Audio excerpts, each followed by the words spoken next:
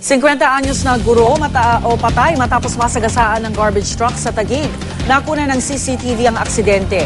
Narito ang exclusive report ni Emil Sumangil.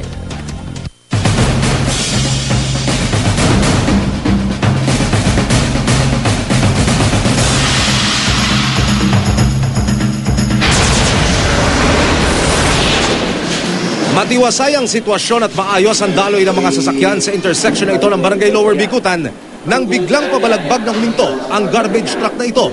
Dahil sa laki, halos matabunan na ang video na kuha ng CCTV camera.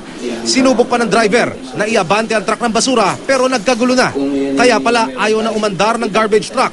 Nakabara na sa uli ang gulong ang pedestrian na kanyang nasagasaan. Nang pihitin pababa ang CCTV camera, nakuna ng video ang pagsaklolo ng mga pulis, taong bayan at rescue team ng Barangay Lower Bicutan na mano-manong hinugot mula sa ilalim ng garbage truck ang katawan ng biktima. Nang mahugot ang biktima, mabilis siyang isinugod sa pagamutan pero idineklara na itong dead on arrival. Kinilala ang biktima na si Mezalina Borge Belarmente, 50 anyos at nagsisilbing guro sa Taguig National High School. Sa pagsisiyasat, lumusot daw ang preno ng garbage truck ng Lionel Waste Management Corporation habang tinatahak ang pabulusok na kalsada ng General Santos Avenue. Pabulusok yan na sa itaas pa lang ay checkin na nila yung preno nila at mag-minor na sila.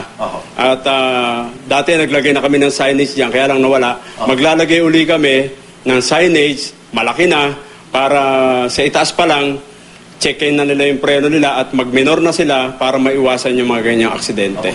Ang Lionel Waste Management Corporation ang nakakontrata ng pagkolekta ng basura sa area ng Taguig. Nakipag-ugnayan ng GMA News sa Taguig City Hall at sinabi nilang nagpaabot na ng pinansyal na tulong ang Waste Management Company sa biktima. Pati ang lokal na pamahalaan, sasaklolo rin daw sa mga pangangailangan ng nadisgrasyang guro.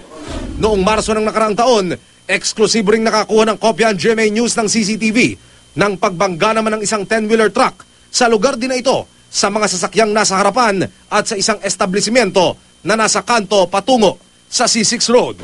Para sa Unang Balita, Emil Sumangil reporting.